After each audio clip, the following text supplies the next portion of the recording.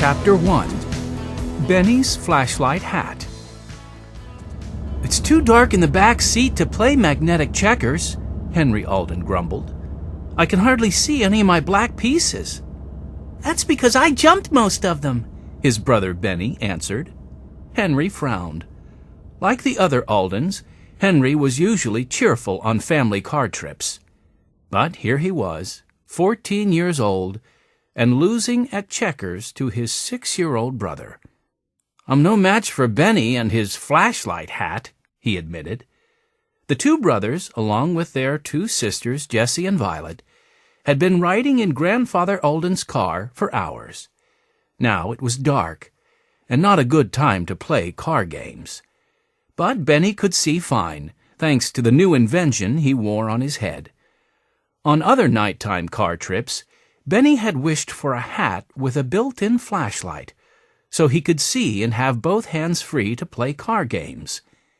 When Grandfather's friend, Isabel Putter, invited the whole family to take part in the invention convention she organized every year, Benny knew just what to invent. "Maybe I could invent a flashlight hat for you, too," Benny offered. He sat back, waiting for Henry to make a tricky move in the dim light of the car. Henry groaned. "You rascal!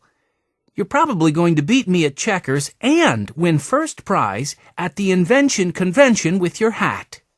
"Hope so." Benny smiled confidently. To make the hat even more useful, Benny had attached a mirror to it.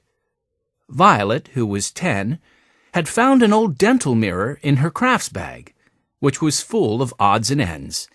She and Benny had attached the small mirror on a stick to the flashlight hat.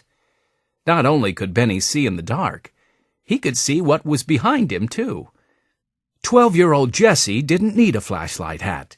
She always remembered to bring along a plain old flashlight to read maps in the car at night. "Good thing there's a full moon tonight," Jessie said as they drove past the building she'd been looking for. "I think that was the Red Rooster Diner, Grandfather. Ms. Putter said to look for the big wooden rooster on the roof and take the next right." "You're an excellent navigator, Jessie," Mr. Alden said as he made the right turn. "Sorry we left Greenfield so late. I'm afraid we won't arrive much before midnight. Not to worry, though. Isabel said she would wait up for us." Mr. Alden looked thoughtful.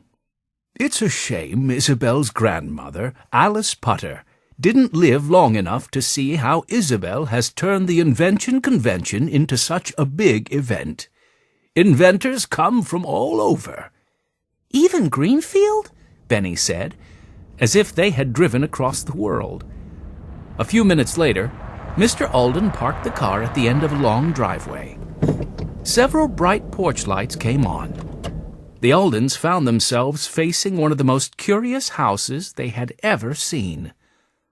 "All the windows have different shapes," Violet said. "And the chimneys, too. It looks like a cartoon house." "I think it looks like a gingerbread house that's melting," Benny said. Mr. Alden laughed. "Even houses remind you of food, Benny."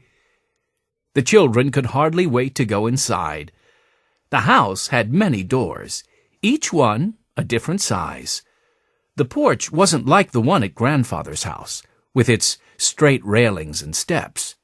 No, this porch went up, down, and all around the house on different levels. A concert of barking dogs greeted the Aldens as they opened the car doors. "Those two dogs look like sausages with legs," Benny said. "Their bellies practically touch the ground." Jessie giggled as the dogs waddled toward the car. A tall, graceful woman, about Grandfather's age, walked behind the two basset hounds. "I'm so glad Miss Putter has dogs, since we had to leave poor Watch at home." Grandfather smiled. "Poor Watch?